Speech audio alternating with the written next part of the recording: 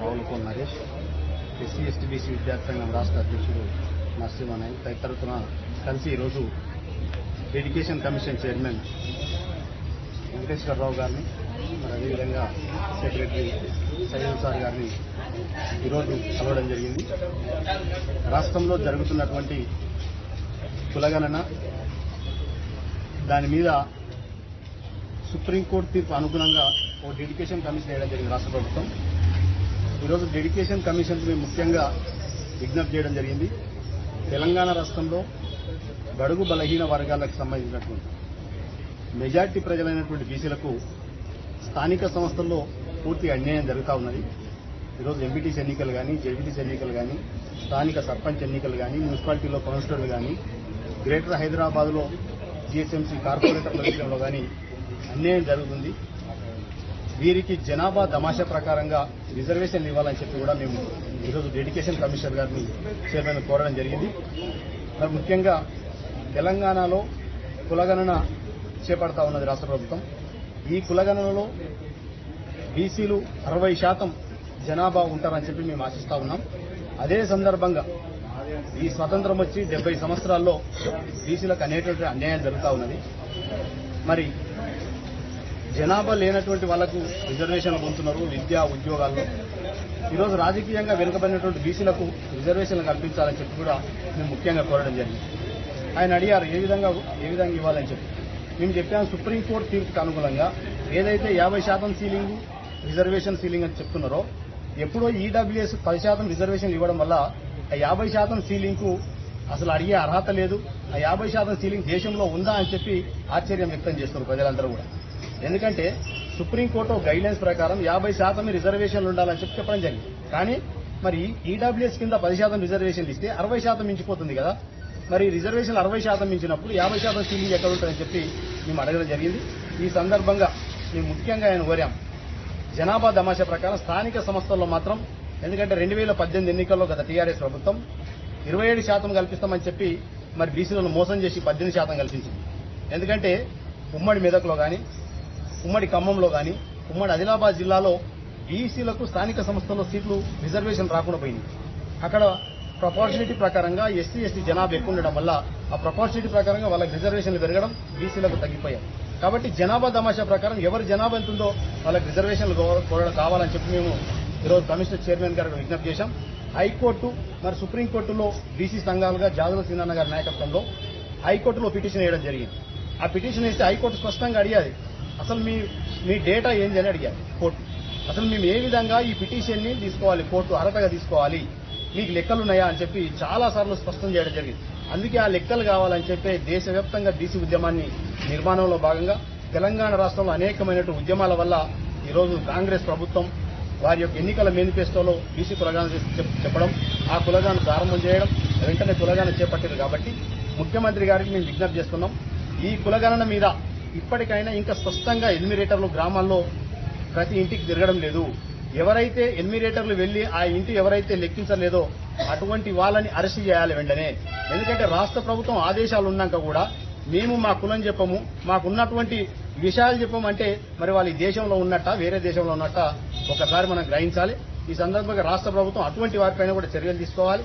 మరి ఈ dedication commission మరి నిజంగా బీసీల కోసం పనిచేస్తున్నారంటే బీసీలకు 42% పైన రిజర్వేషన్లు పెంచి వారి యొక్క నైతికతను ఈ రాష్ట్ర ప్రభుత్వం ఇచ్చేటువంటి మేనిఫెస్టోను వాళ్ళు నిరూపించుకోవాలని చెప్పి కూడా మేము విజ్ఞప్తి చేయడం జరిగింది.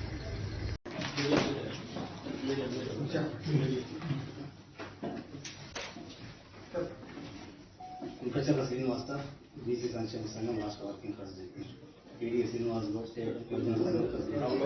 రావులకోల్ నరేష్,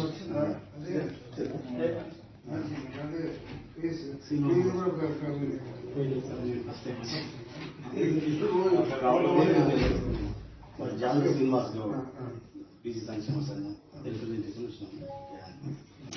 ఏం లేదు సార్, ఇప్పుడు ఈ కులగాన జరుగుతుంది కదా, దీంట్లో రాష్ట్ర వ్యాప్తంగా మన సంఘం బాగా యాక్టివ్గా కార్యక్రమాలు తీసుకున్నాం.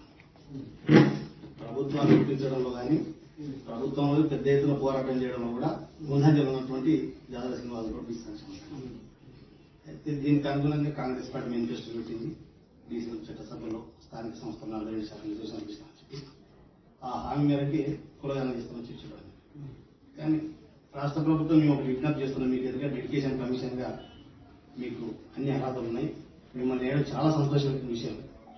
ఈ రాష్ట్రంలో ఉన్న బీసీలందరూ కూడా ఆశించదగిన విషయం మీరు రావడం ఉంది.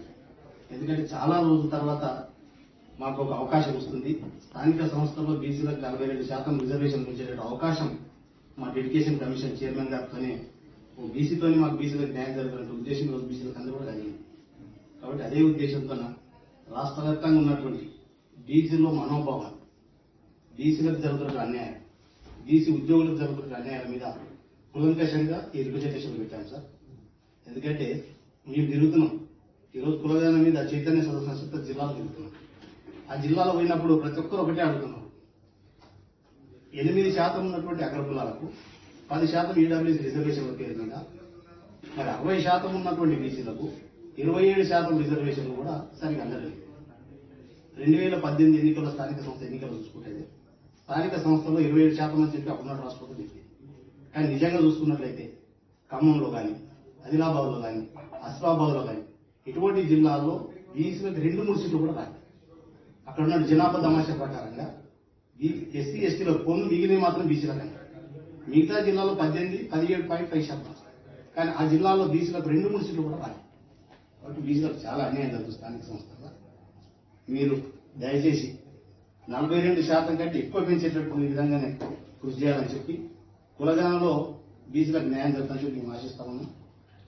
కాబట్టి మీ ఆధ్వర్యంలో 42% రిజర్వేషన్ పెంచాలని చెప్పి కూడా మేము ఆశిస్తున్నాం.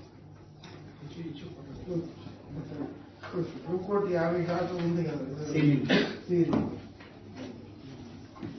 ఇది రాష్ట్ర ప్రభుత్వం ఒకవేళ రాసుకొని ఇప్పుడు మన తమిళనాడు ఉంది, జయలలిత గారు ఉన్నప్పుడు, పివి నరసింహారావు ఉన్నప్పుడు ఆడ 69% పెంచి వాళ్ళు 9th షెడ్యూల్లో పెట్టేయడం వల్ల ఆడొక్క దగ్గరనే ఇంప్లిమెంట్ అవుతుంది.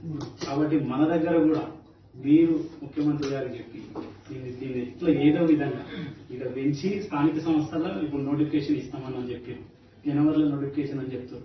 ఎట్టి పరిస్థితుల్లో మీకు రిక్వెస్ట్ ఏంటంటే పెంచిన తర్వాతనే దీనిలో ఎలాంటి సాకులు చెప్పకుండా, పరిస్థితులు అవన్నీ ఇవ్వని ఇలాంటివి చెప్పకుండా ఎట్టి పరిస్థితుల్లో వాళ్ళు ఒక నినాదం ఎత్తుకున్నారు.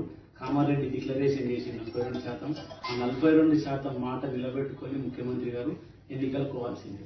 దీనిలో ఎలాంటిది రేపొద్దున హైకోర్టు చెప్పింది కదా మిమ్మల్ని వేసిన తర్వాత అదని ఇదని లేకపోతే కొంత సర్వే డిలే అవుతుందని చెప్పి దీన్ని రేపు ఇవ్వాలన్నా కొన్ని ఇంతకుముందు ప్రభుత్వం మీకు తెలిసింది ఒకరోజు చేసిన తర్వాత వాళ్ళ డాటా ఉన్నా కూడా బయటికి రిలీజ్ చేయండి.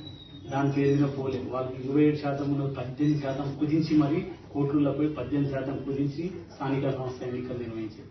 అట్లా ఏం జరగకుండా మీ మీద పూర్తి నమ్మకంతో మాకుంది.